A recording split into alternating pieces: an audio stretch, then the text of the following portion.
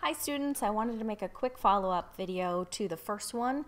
Sorry it's taken me so long to get through and finish this, but I think it'll be quite helpful for you if you are setting up your portfolio in InDesign. InDesign again is one of my favorite programs that Adobe makes. So if there's any particular question that you have while you're going through this and making this, please let me know and I'd be happy to answer your questions. So I went over this a little bit in the beginning about pages. And pages can be, especially if you're putting into multiple pages within your portfolio, it can really help speed up the production and how you lay things out, whether it's a portfolio or a book or anything else that you do in InDesign. And I wanted to make sure that I went over just how cool it is and what you can do. So here is the Pages panel. This right here is where I have all my master pages. So this first one I have set up as just a footer. The other ones I have set up have a little bit of a detail up here in the top.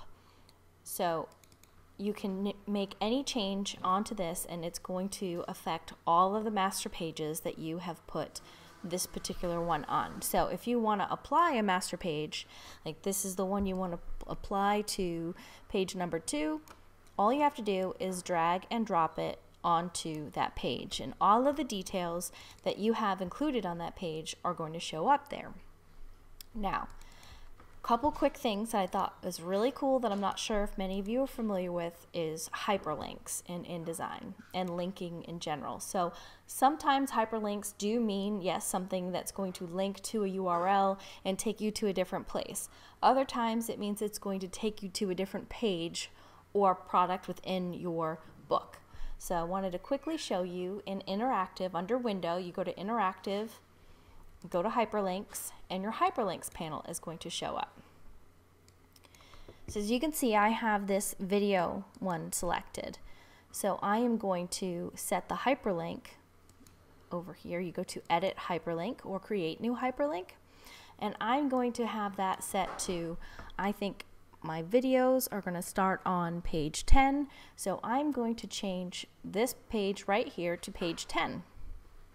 So that anytime, if anybody is anywhere in that book or portfolio wants to stop where they're looking at right now and go straight to the video section, they can click on that link and it's going to take them to it.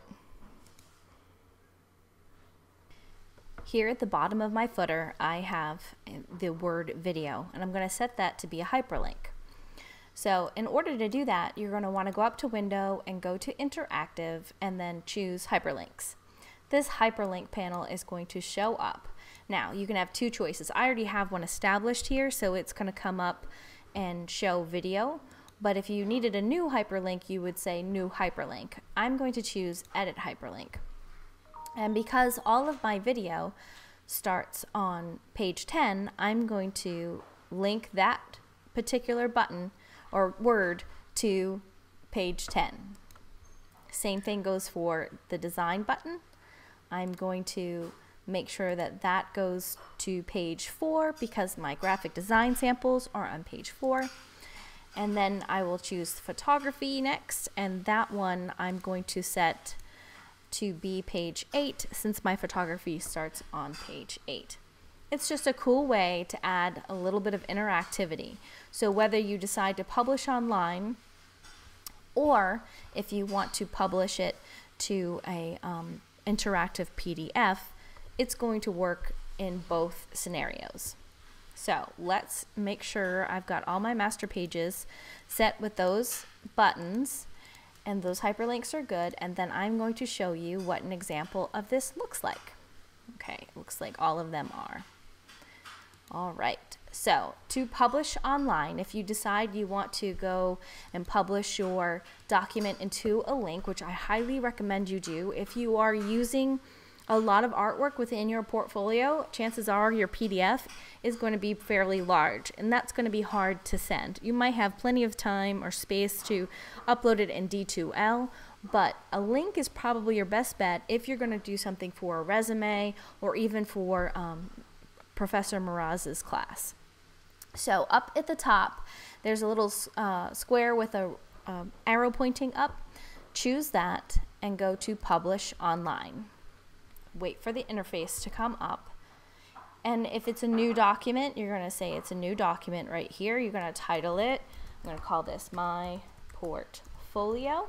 You can even have it set so that if you want your viewer to be able to download it as a PDF, you can choose that right here. I don't really play too much with the advanced settings. I usually just leave those as it is.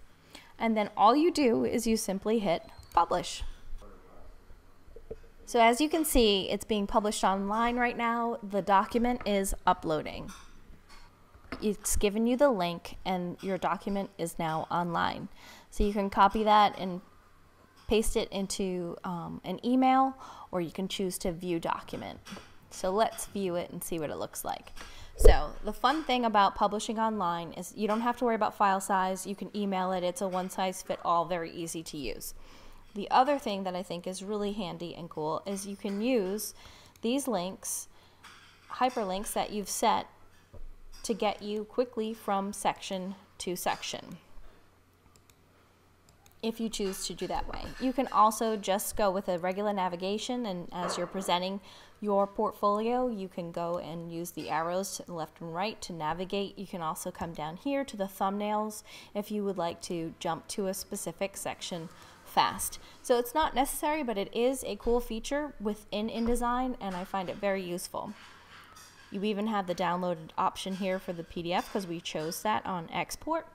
A lot of cool things here in InDesign that you can do for all of your portfolio projects or books or any sort of feature that where you have multiple pages. InDesign is great for. Okay, I wanted to just quickly go over to one little thing that I think sometimes it's hard to find or it's not easy to find. So after you've published your document, you may need to find the link again. And in order to do that, you open up your InDesign document or any InDesign document and you go to File and Publish Online Dashboard.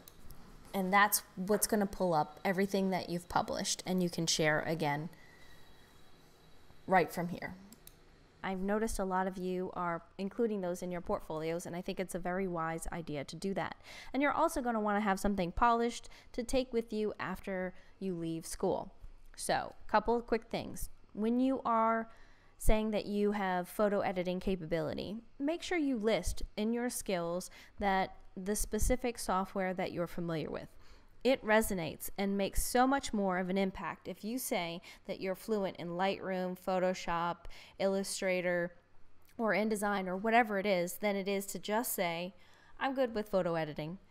I want to know more. I want to know what your proficiency level is within that. Now, in my resume, I use a little chart that shows which ones of my skill levels that I'm highest to lowest with.